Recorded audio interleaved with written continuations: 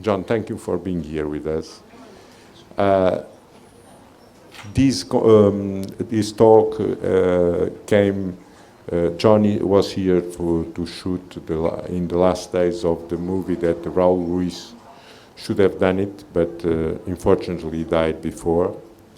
And Valeria Sarmiento, his wife, and his companion for all his during more than 30 years, 40, that worked with him in all this time, directed the movie, and we thought that will be nice to have a conversation about the work of Raul Ruiz, and I think John Malkovich is one of the actors that Raul liked more. He worked with him in a few films, 3, by the way, and this should be the 4th one. And I think a great actor that usually to work in in films in Hollywood, that is a great as well art director, theater director, and a great actor of theater with a lot of experience, with a lot of different personalities. I would like, to understand, or to make it understand to you, because I understood, but anyway, because I had the chance of producing a lot of films with Raul Ruiz, how Raul was so, particularly that had this enormous admiration from most of the actors that work with him. And we could start on that. How everything started, and what you found in Raul that other ones don't have. Well, as we were saying the other night, Paolo, I first met Raul at your apartment in Paris quite a few years ago, several years before we first worked together, which was on L'Étrange Trouvé. And what year was L'Étrange Trouvé? Was it? The beginning of the 90s, I think. Yeah, 90. okay. It was my God, I don't remember. Alguém sabe em que ano é que foi o tempo reencontrado? Eu já não me lembro. 90 something, I don't know exactly. In the 90s. Yeah. Yes. And I think what was Raul was an incredibly special person. First of all, I think he was the most independent thinker I ever met in the cinema, where one would think there'd be a lot of independent thought, but I don't know that there is so much. Raul, of course, came to Europe after having been for a short time Allende's, Salvador Allende, and his cultural czar. And one of his jobs for that administration was supposed to be to censor films for the proper political content. But Raul, the only films he ever cut were his own, which mostly he changed because he decided he hadn't liked the editing, or he didn't like this or that. He had a fantastic, really world culture.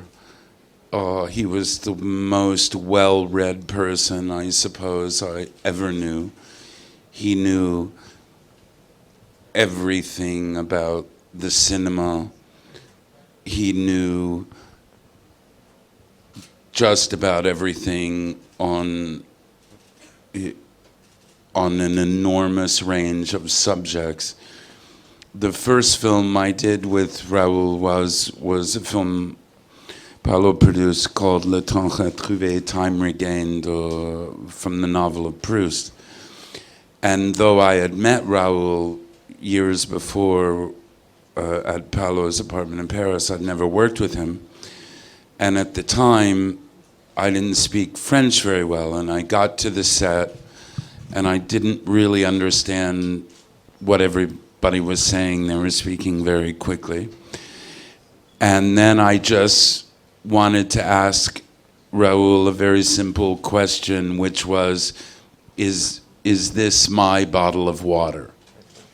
And Raoul looked at me for a second, and then for 30 minutes he explained to me why platain trees lose their bark in June.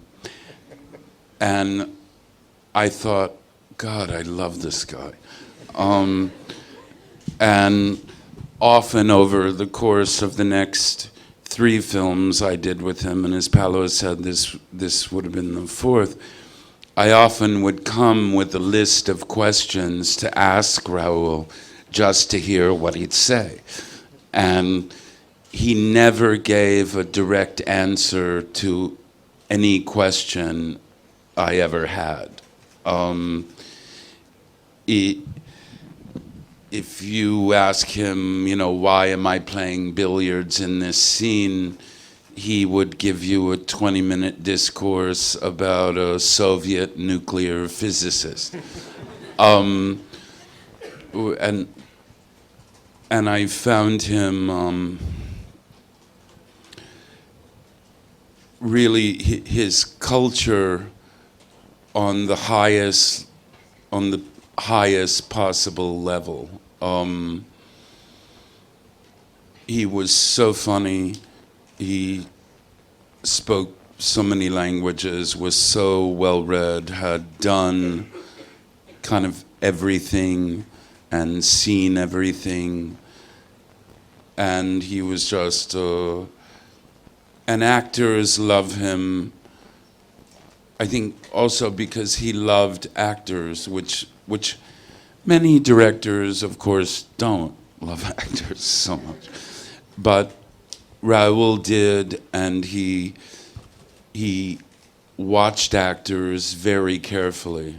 And I think he had very good taste in acting also, which, again, some directors aren't very interested in, and they don't really know much about it. And Raoul did. It's incredible.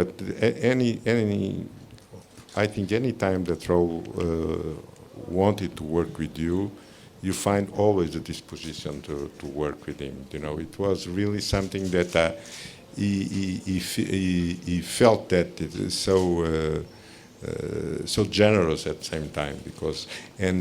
One thing I'd like to ask is, by any chance you change your way of acting, of working, because of Raoul directly, or because you could understand on all these, incredible, discussions exactly to find how to bring you to some Sure. point, or it was a freedom that he gave to you always? He gave me a lot of freedom, but with Raoul, I always had the sense that he was really watching the acting closely. Years ago when Paolo called me about doing L'étrange trouvé, for me, I didn't speak French at the time, and it was many, many months of study because it was quite a dense, long text. I mean, it's Proust. And I always felt with Raoul that he had a way of watching.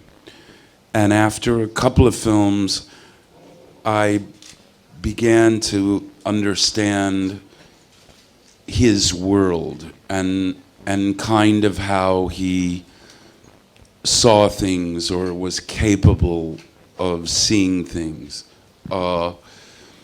In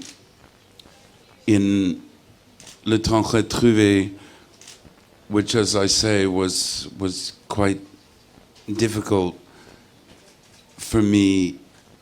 I remember a scene where the character I played, Baron de Charlus, he had had a stroke.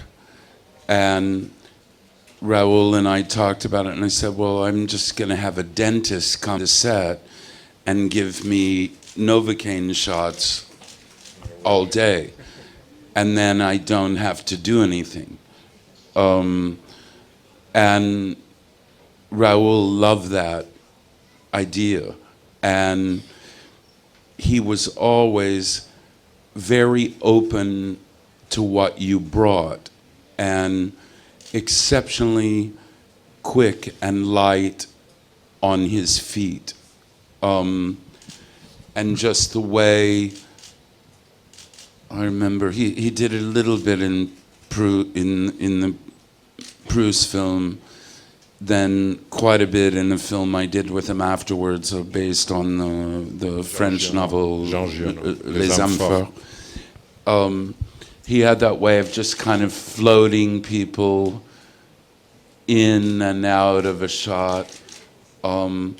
His camera movements were so complex and often quite spectacular and long. He didn't shoot coverage, which is really unheard of in modern cinema, because no shot ever lasts longer than 1.5 seconds. He just had an incredible vision. When we did Klimt together, he knew every book published then, every painting the artist did, what the music was, what the essays said that were written at the time, really everything about the characters. And so, of course, that changes what you do, because you know somebody knows it and can help you to learn it. And he was someone I would have worked with over and over. I tried to do every film he asked me to do, although one never got made. And then this one, of course, he passed away before. But it's almost impossible to describe how unique Raoul was, and yet always remained calm, polite, kind, and actors loved him. Thank you. Before going on, if someone wants to make any interest in the dialogue.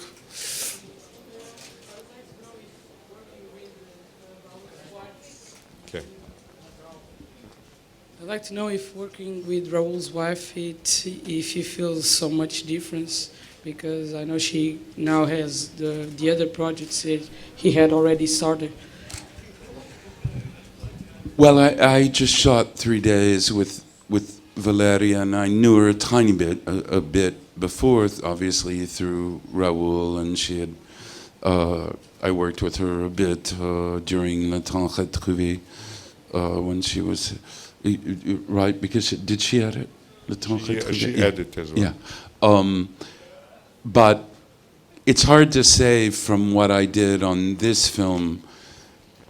Certainly no one directed like Raoul. He was just incredibly unique in his vision of things and the way that vision was manifested through the way he shot particular things. I would imagine Valeria has quite a different style, but she has much of the same calmness and tranquility and humor also. As far as the way of shooting, I don't know. I don't think anybody shot like Raoul. His vision was just too unique, too singular, really.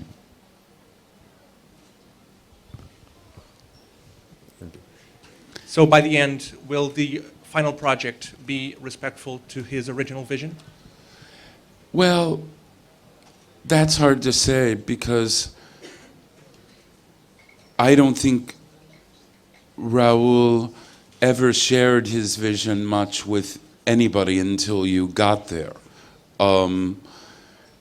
I think all of us who participated, most especially Paolo and Valeria and Isabel and the crew, all of whom pretty much had worked on Mysteries of Lisbon, and all of the actors, most all of us, from all the Portuguese actors to the French actors to me, had worked with Raoul, many of us, several times.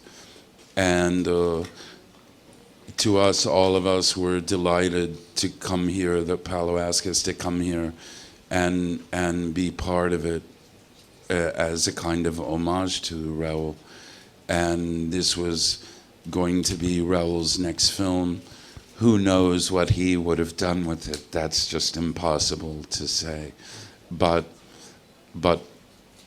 certainly we all hope, if he saw it somehow, he wouldn't be unhappy. I can just add something. Raoul, it was we could not know exactly, never, what he wanted to shoot. It's something that invented at that moment with the actors, with the crew and everything. But we never in this project wanted to do a film by Raoul Ruiz. We do a film from a script that he loved, that Carlos Saboga that wrote it this year. He really loved it. That I knew that he will be very close to the script like it was with Mysteries of Lisbon. But what he should do, we cannot, we are free. Valeria was free to do her own movie from that script with some ideas that we discussed, she discussed with him during the preparation. But if you want to copy what Raoul should do, it could be a disaster. You took this exact material and do a film, then I think Raoul should be proud of it. That's different of trying to, do a kind of, something that from his own ideas. This is the producer is talking about.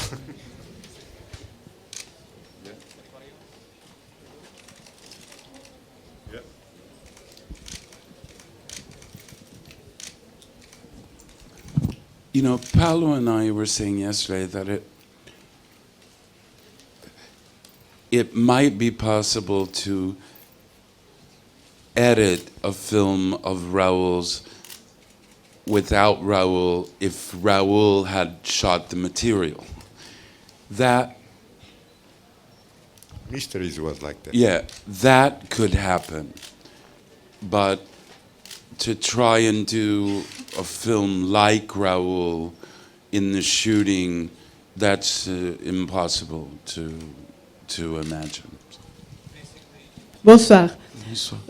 Je voudrais savoir si vous n'avez l'idée de faire un livre avec vos mémoires, parce que c'est sûr que vous aurez un tas d'histoires avec tous les gens, tous les acteurs, des actrices avec qui vous avez déjà roulé des films. Et il y a toujours des aventures. Je voudrais bien savoir si vous avez l'idée de le mettre en papier, parce que aujourd'hui on voit beaucoup de gens connus qui le font. Ouais. Et après je voudrais prendre une photo avec vous à la fin, s'il vous plaît. Ok. Merci.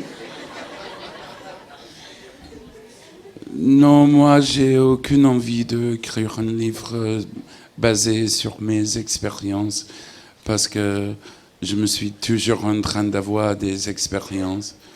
Et deuxièmement, moi, je n'ai pas envie de trahir les gens qui ont eu confiance sur moi à propos de leur vie privée. Et tout ça, j'aime pas trop cette idée des livres confessionnels.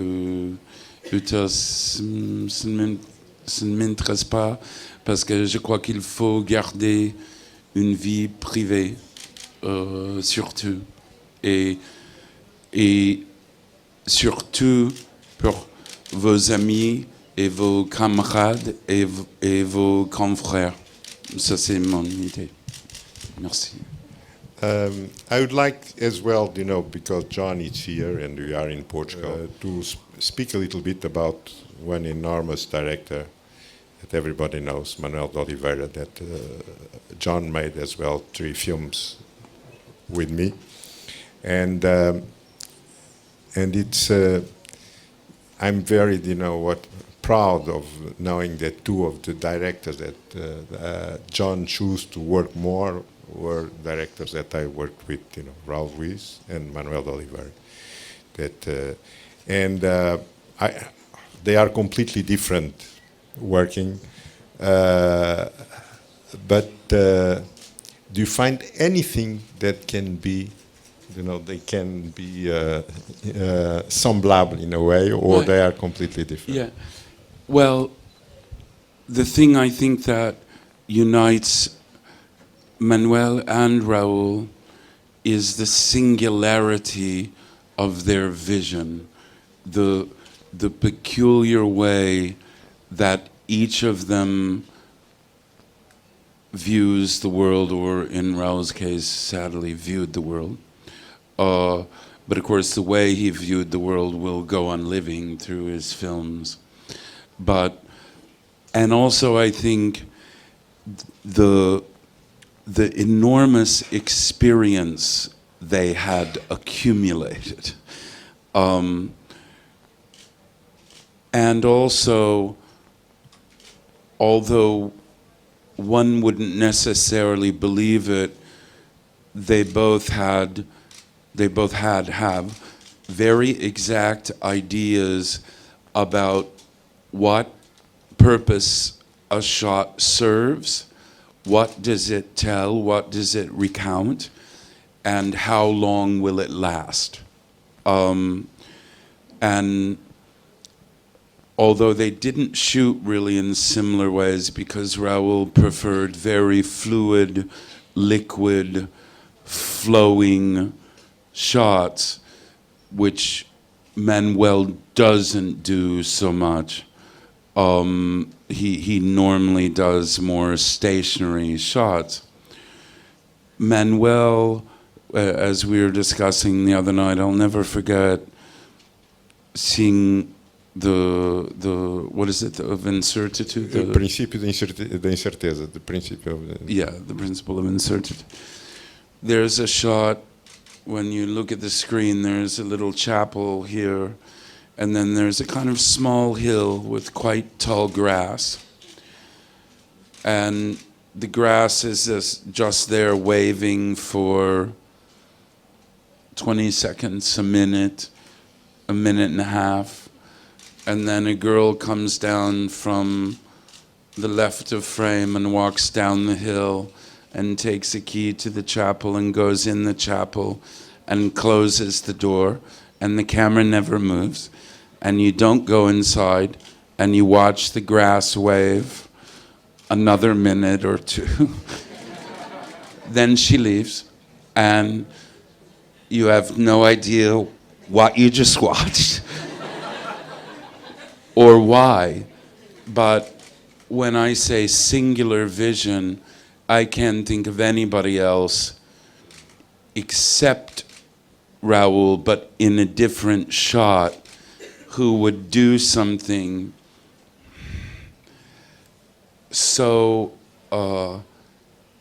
singular and, of course, in a way perverse, but in kind of shocking in terms of how stories are normally recounted. And that shot exemplifies perfectly, sorry, you can watch this and you can see this and you can see she goes in there, but you don't know what happens there, and you'll never know. And then she leaves. And also,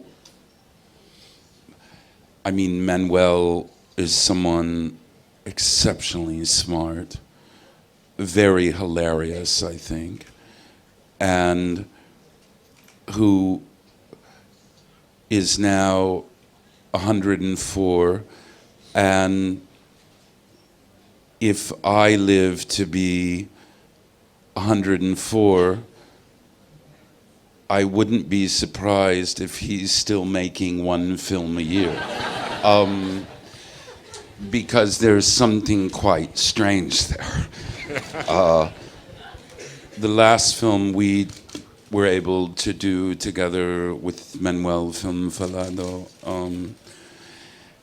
there was a shot kind of outside of Lisbon, I mean kind of at the end of the Tejo where it meets the ocean, blah, blah, blah. And it was supposed to be a shot.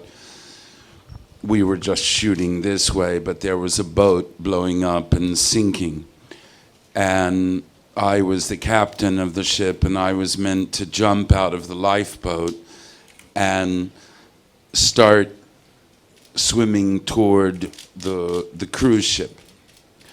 And it was a terribly, terribly rough sea that night. And we were in a kind of quite a long, nearly the length of this room, lifeboat. And the swells were just like this, all night long.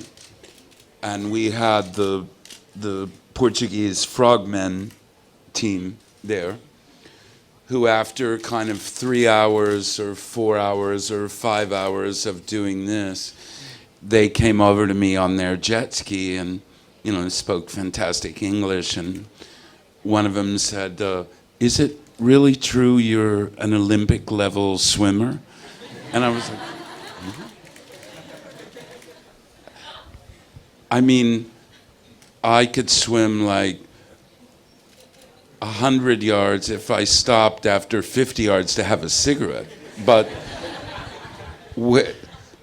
where did you get the idea I was an Olympic level swimmer? And he like pointed to Manuel, of course. And it was so funny that night, I'll never forget it, because I was, and you know, they said, are you gonna do it? I said, sure, I don't care, it doesn't matter, it's fine. You know, if you drown, you drown. But I remember that night so well, because it was the night I got a call from Fox Searchlight, an American movie studio, because a film I had directed called The Dancer Upstairs had been banned from the London Film Festival because it showed a shot of a chicken in distress. Okay.